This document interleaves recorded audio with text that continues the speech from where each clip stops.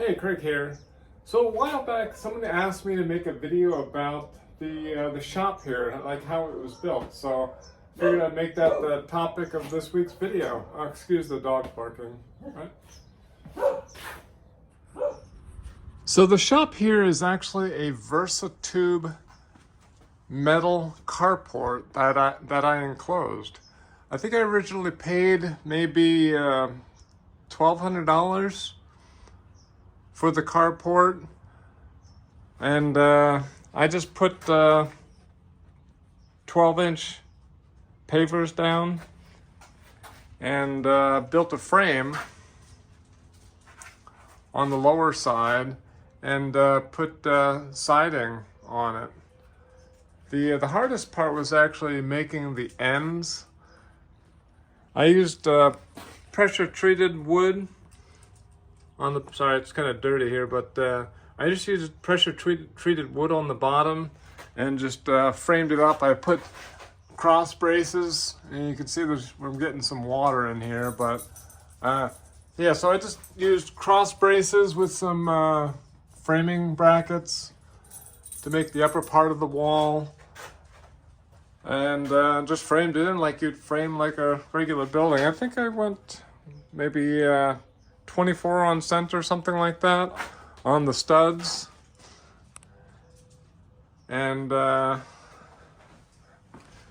really wasn't any good way of fastening the wood to the ends, so they're just kind of floating on top of the bricks, the pavers. I'll just shoot some video here so you can kind of see the detail and how I put it together. Like I said, I used some brackets there. The header for the door is 2 by 8s, I believe it is. And I see the water getting in there from somewhere. I got a pull-up bar on there, and we go on the outside. The door is just a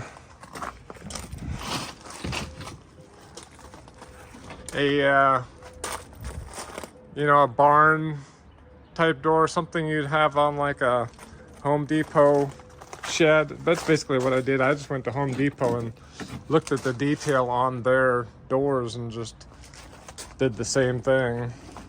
I think the handle and the latch here I got off of Amazon. Of course, the hinges, got the really big galvanized hinges, because these doors are pretty heavy like this. I think they're 4-foot doors, so a total of 8 feet. Didn't really totally finish it, actually. It was going to be a little hard to cut that piece, so I just kind of left it. Didn't even paint those, but yeah, just some siding, and got an electrical panel over here for power in there. I actually have a cat house that we built back here for some feral cats, some stray cats that my wife likes to feed. So it's actually a 2-story cat house. So that was kind of a fun little project.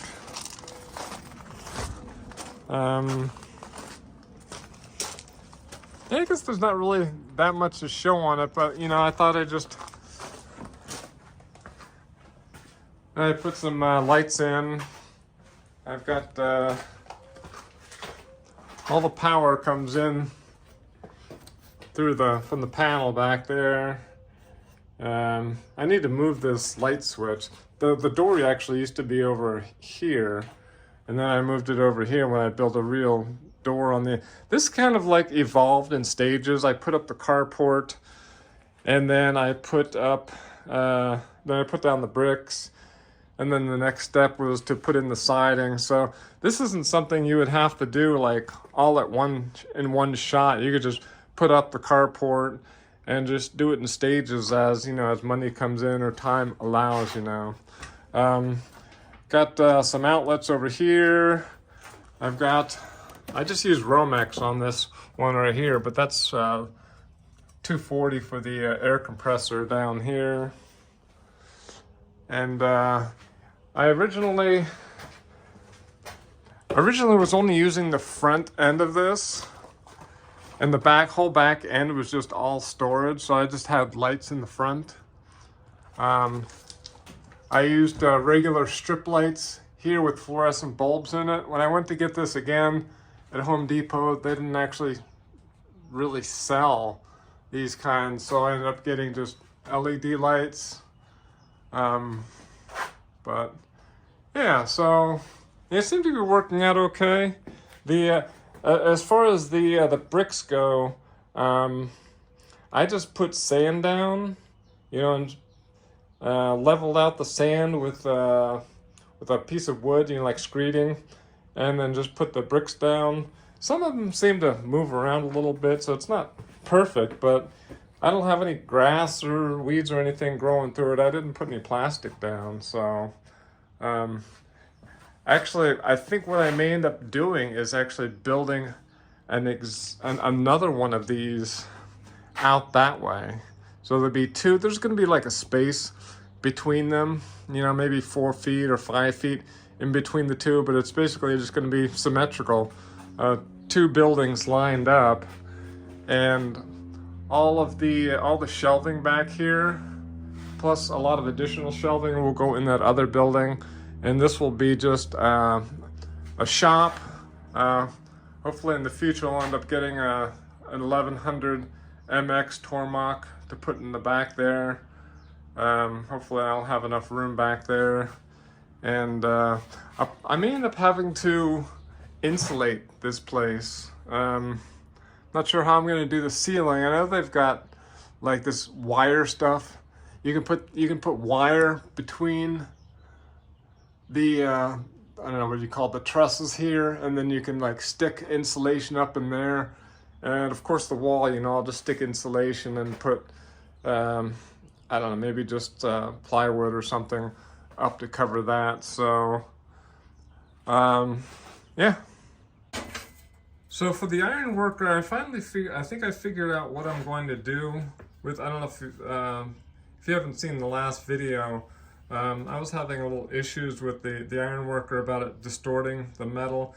And it actually cuts better if you actually feed the stock in from this end, and the parts that you know, the actual part is out this end. But it's kind of hard if you don't have a table over here. But I think what I'm going to do is I'm going to build a spring-mounted table. I've got to figure out how I'm going to attach it to it, but it'll basically kind of be like a table like this one here. And it'll have a fence on the one side to line up the material, you know, and this is a work stop with spring nuts here.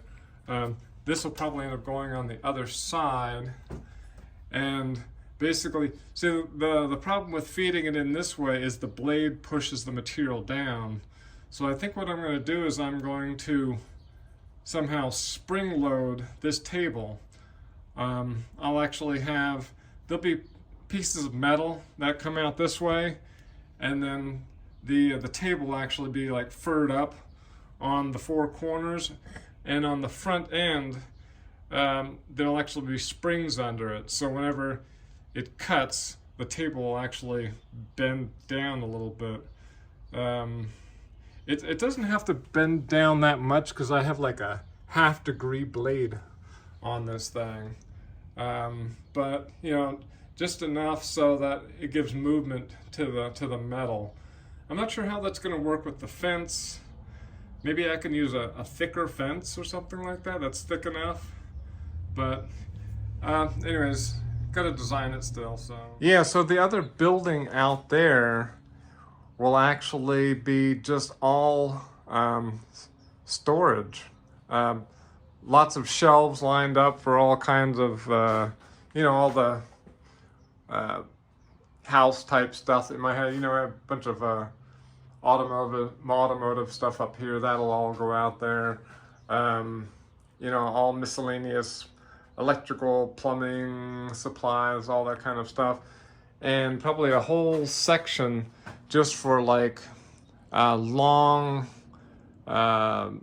material racks. It'll probably be like material racks on one side for long parts and all the, all this kind of stuff. All the flat bar, all of the plate. I have plate that's cut in strips, so it's easy to just cut on the bandsaw or the iron worker.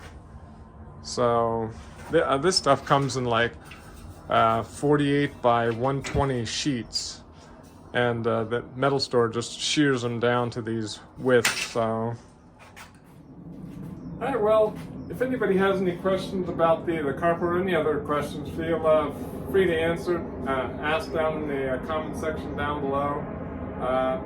Glad to always help if I can. So, all right, well, if you like this video, I'd appreciate the thumbs up.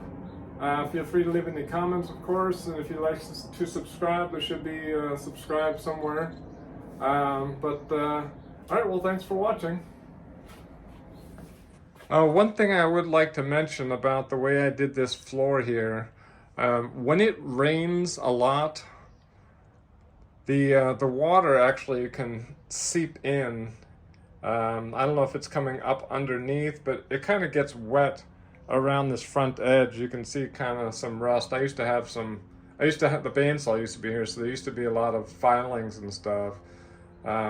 So I'm not sure really what I'm going to do about that. I mean, ideally it'd probably be better on a concrete slab, but a concrete slab is so permanent and expensive, so we just did the brick. I don't know, I'm thinking I might do some kind of like drainage or something around the perimeter of it or something like that in the future. So I was just checking the current price on the carport. I got this one right here, the 12 by 20.